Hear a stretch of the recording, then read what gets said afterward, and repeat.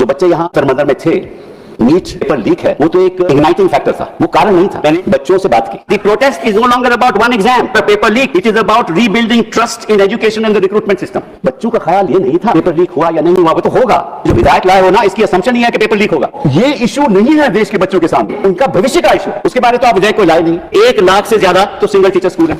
81% of India's children who are enrolled, they can't get a job. भविष्य बच्चों का है नहीं, और आप विधायक लाए हो पेपर लीक की, और बच्चे कह रहे हैं पेपर लीक से कुछ नहीं होने वाला, सारे ढांचे को सुधारो। आज मैं पूछना चाहता हूं, विपक्ष की सरकारों में जहां पेपर लीक हुए हैं, क्या वही मानदंड होगा जो हमारी सरकार के लिए है?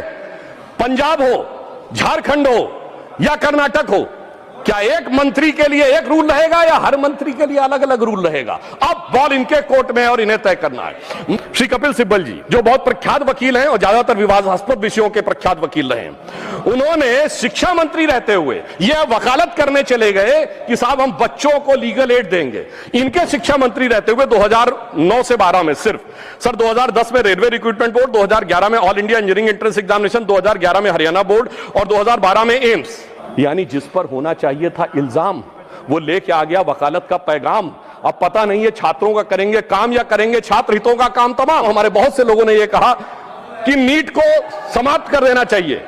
मैं सभापति महोदय बताना चाहता हूं, जब नीट नहीं थी 2016 में, तो क्या होता था? प्राइवेट कॉलेजेस की सीटें नीलाम हुआ करती थी, लाखों लाख रुपए में। वो गरीब और मध्यम वर्ग के बच्चे को तो कभी उसके लिए स्वप्न से बाहर था कि 25 लाख 50 लाख रुपए देकर एडमिशन पाएगा, पीजी में कहीं 1-1 करोड़ रुपए देकर एडमिशन पाएगा।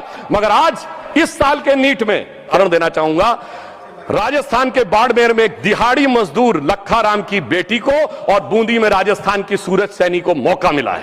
भागलपुर का सूरज कुमार या रायसेन के मध्य प्रदेश का आदर्श लोधी या लखनऊ की वो नीलू जिसकी मां घरों में काम करती थी, गोरखपुर का वो विशाल तिवारी जिसके पिता ऑटो रिक्शा ड्राइवर थे, मुजफ्फरनगर का वो मोहम्मद सुहेल जिसके पिता ई रिक्शा चलाते थे।